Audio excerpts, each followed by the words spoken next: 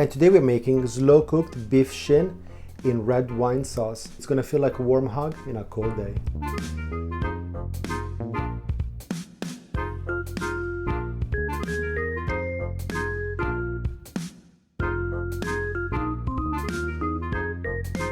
This is a wonderful winter recipe. It's the equivalent of a big warm cuddle, except it's made out of slow cooked beef shin in red wine sauce. So what better cuddle would you like than something like this? In terms of the ingredients, we have, of course, the beef shin.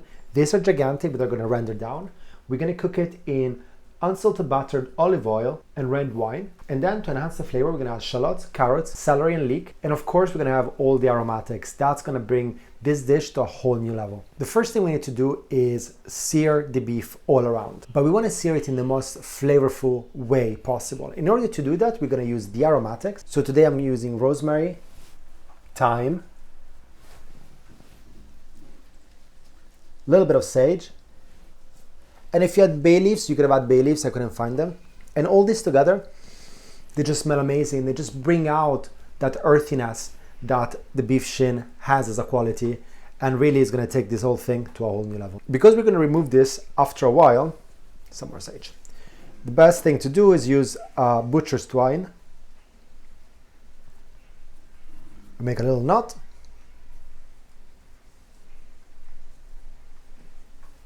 So when these need to go off, we just grab them and off they come. Now let's talk about the beef shin. This is a relatively cheap cut of meat. It has, of course, the bone in the middle, and this is all the bone marrow that is going to render down, give a lot of flavor to the dish. I like to just trim off the fat. All this excess fat we can do without.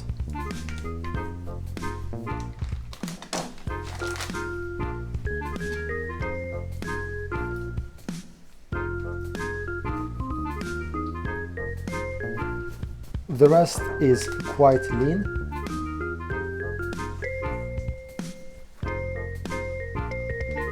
So all this fat outside that it's hard, this thing is not gonna melt. So this we can just take out. And once you're left like this, you're done. So nice and clean. And why is this piece of meat so good? It's because it's got all these connective tissues. It's got the bone marrow. So when you slow cook it, they're gonna render down and they're gonna feed back into the meat, and they're gonna make it super tender, full of a lot of flavor, and it's an amazing cut of meat to slow cook. The other one here is very clean, so we're just a little tidy up, but really not much to do at all.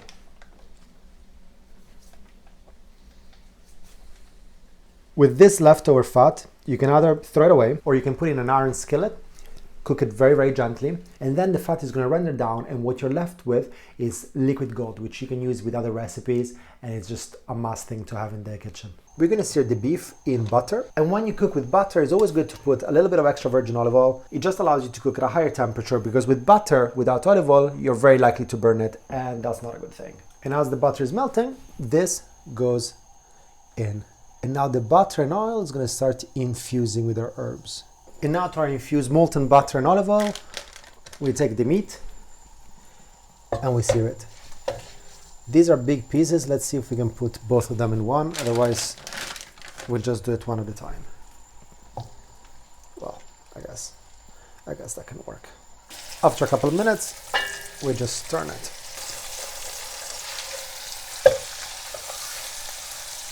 Couple of minutes per side at our medium-high heat. It's gonna give us a nice color.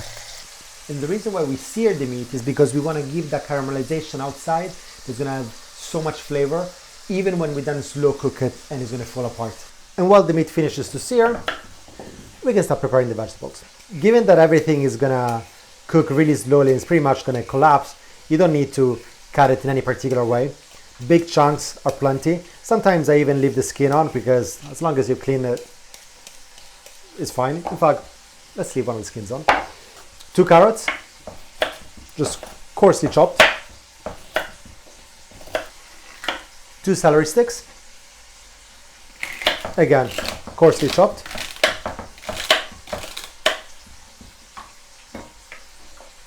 Some leek. I really like the flavor of leek in this dish. So you can take a fork, you can just scour it, and then we just chop it.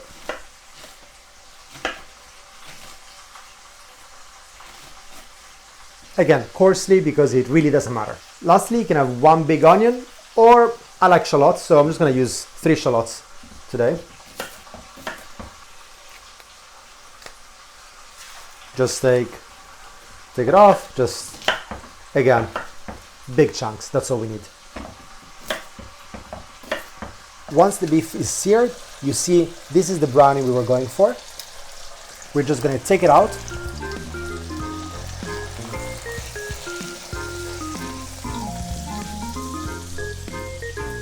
And look, this is the bone marrow that is already beginning to soften, and this one is gonna melt into our dish to give the most incredible flavor.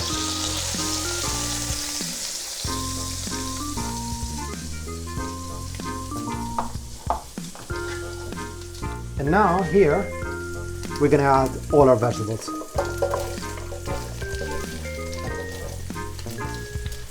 Try to aim for the pot. You give this a mix. And we want the vegetables to start infusing with the flavor of the oils and the meats. And the reason why we took the meat out, it really is just to create more surface area for the vegetables to get a good roasting at the bottom. Just a couple of minutes until they become a little bit tender. Then we mix it all together and we add the wine. Let's make sure the wine is good quality.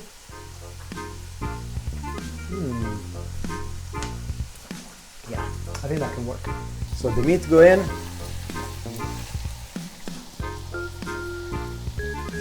So as the other bit.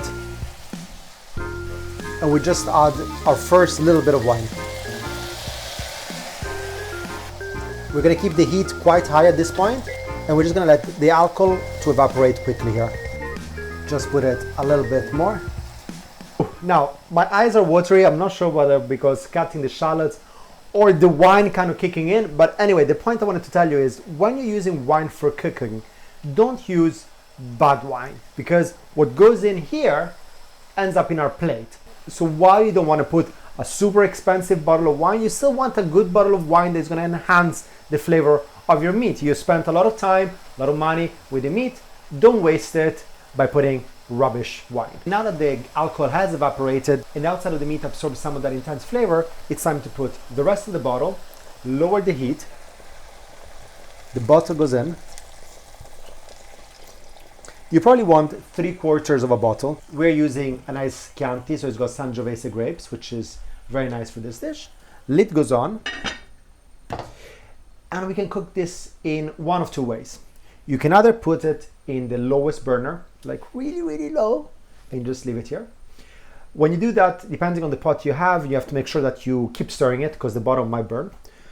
My preferred way, which I find the most low touch way of making this, is in the oven. So that's what we're gonna do today. For the oven, set it at 120 degrees Celsius. Take the pot, oh, super heavy, and you just move it here. And the age-old question is, how long is this gonna take to cook? Piece of meat this big, it's kind of difficult to know because it also depends on how much connective tissues they got inside, how much fat content, etc. What we're trying to do is get an internal temperature of about 92, 93 degrees Celsius, which is where the meat starts falling apart. The connective tissues start melting away at 70 degrees and beyond gets absorbed. So that's what we're going for. Something like this, I would say 3 to 4 hours is probably a sensible time frame. When it comes to salting slow cooks, what I find is let's start with no salt at all. We're gonna add a little bit of salt halfway through and we're gonna see how it tastes. And then we're gonna salt it towards the end. That's because there's gonna be a lot of reduction in water content. So if you salt it now, once all the water is evaporated, then everything will become too salty. So you need to, play along with it a little bit. It's been 2 hours. So let's check how the cooking is going. Oh, wow. Smell absolutely amazing. So it's time to put our first bit of salt. I'm gonna put 3 pinches. It will need more by the end of the cook, but let's start like this. And halfway through, you can see that the bone is sticking out. The meat has nearly halved in size. And over here on the marrow, it's liquefying into a broth. These are still big pieces. I'm gonna try and turn them around. And now that both pieces have been turned, back into the broth and into the oven for possibly another hour, hour and a half. And for the last hour, upping the temperature to 140. So we got about an hour to go for the meat, and now we need to think about what side dishes to go along with our shins. And since we're doing something homely, something warm, I can only think of mashed potatoes. So I'm going to show you the easiest, foolproof mashed potato recipe that works wonders every time, and it's pretty much impossible to screw up. So first of all, we peel it. And a good way of peeling the potatoes is on top of some parchment paper or some kitchen paper. I'm quite famous for being very messy in the kitchen, and this, I guess, is a way of reducing some of that mess. So because we're done, fold them, throw them. For the potatoes, we just cut them in equal size so that they cook more or less homogeneously. And we put them in cold water. All the potatoes go in. We got to season the water quite well. And this will take about 20 to 30 minutes. We want them nice and soft. And then I'm going to show you the trick that renders this a foolproof recipe. And the secret to the best mashed potato is this thing. This is a potato masher. Anyway, it creates a lot of air into the potatoes when you squash them, and it allows them to become super fluffy. So now the potatoes are nice and soft, so we'll just drain them. And while the potatoes are still hot, we start smashing them. So a few inside. Try not to burn yourself, like I am. And what this does, it just allows you to get this done. If you're a fan of mashed potatoes like I am, this is a must-have for your kitchen. I mean, it's just going to push up the level of your mashed potatoes going forward. And once we're done, we are left with this mountain of fuming, soft, airy potatoes. In the same pot we used to cook the potatoes, we're going to melt some butter. There you go. A splash of extra virgin olive oil. And then I like to infuse my butter with some thyme. And a clove of garlic. I just squash it and just put it here, and then I'm going to remove it afterwards. With the butter molten, some black pepper. And at this point you can add any other herb that you like, and a little bit of double cream if you like it very rich. I'm going to try to do it a little bit lighter, and I'm just going to add a little bit of milk. After a few minutes, when I have the milk and butter up to temperature, I'm going to fish out the garlic and my thyme. And it's amazing the aroma that the thyme emanates. Let's just check we didn't leave anything behind. Now the heat goes off, and we're going to add the potatoes.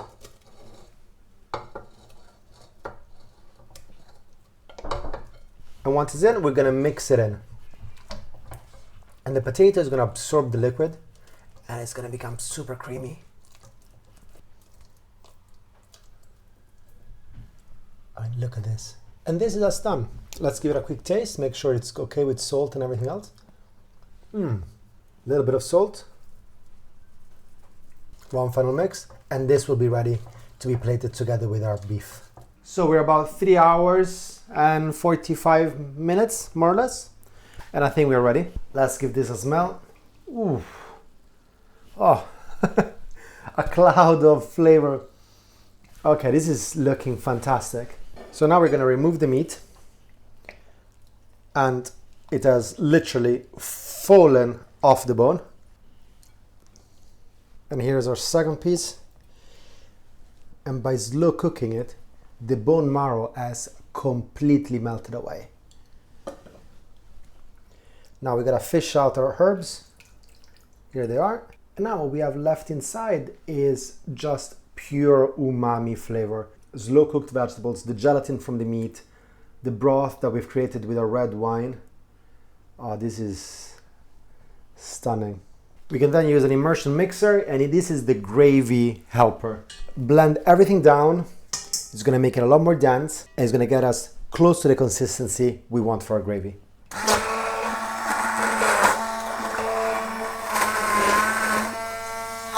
When you cook a piece of meat like this, that has a lot of connective tissues, bone marrow, that means that it's rich in collagen, which is a natural gelatin. So when you make the stock out of the juices which are yielded from your cook, don't add any thickening agent like cornstarch or flour, because it already has enough to be able to do that naturally. So you put it over the fire, gentle heat, let that dry up, and it's gonna start become a little bit more dense. And then you just stop when there is the consistency that you want for your gravy.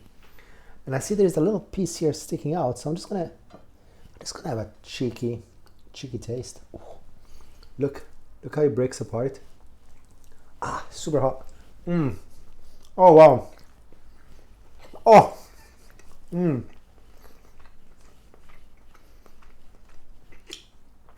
Something else. I mean, I'm gonna leave it for later.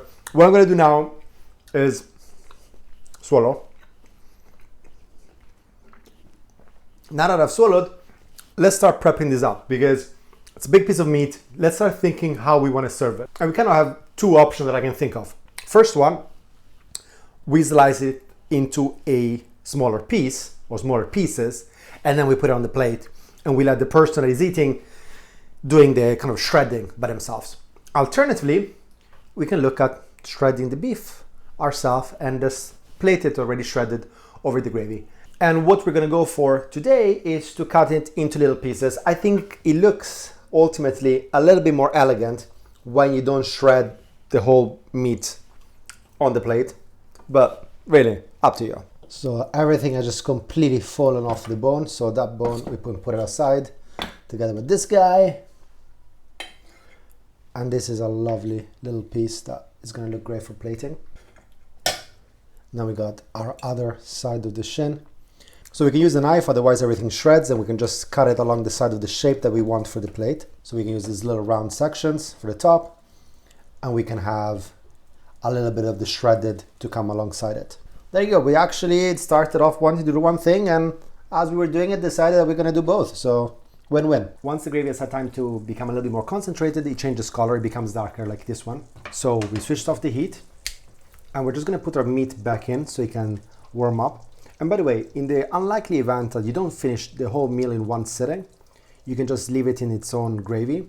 And the best way of warming it up, you just warm up the whole thing together. So you'll have warm gravy and warm meat. Everything is ready, so we're just gonna give a little bit of a quick warm up to our mashed potatoes. Just bring them to a nice temperature. And then, ladies and gentlemen, it's ready to feast on all this glorious food. So like we decided before, we're gonna rip some of this apart. And it's amazing. Look at that, just breaks all apart. Let's give this a quick taste just to make sure we're serving our guests something nice. Buonissimo. And in the spirit of being creative, let's use one of these round things to create a base for our mashed potato. We're then gonna put in the middle our nice little chunk. We lift this one up. Here you go. And we said we're gonna put some of the shredded beef on here as well. As if somebody doesn't know what to do with it, we're just gonna tell them, you got to shred this thing up.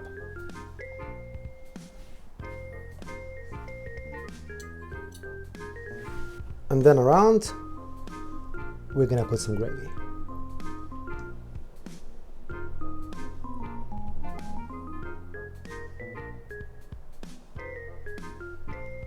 And this is our finished plate, ready to be eaten. And I must be honest with myself, it's not one of the prettiest plates we ever made, but the flavors in this, the way we cooked it, the gravy, the mashed potato, let me tell you.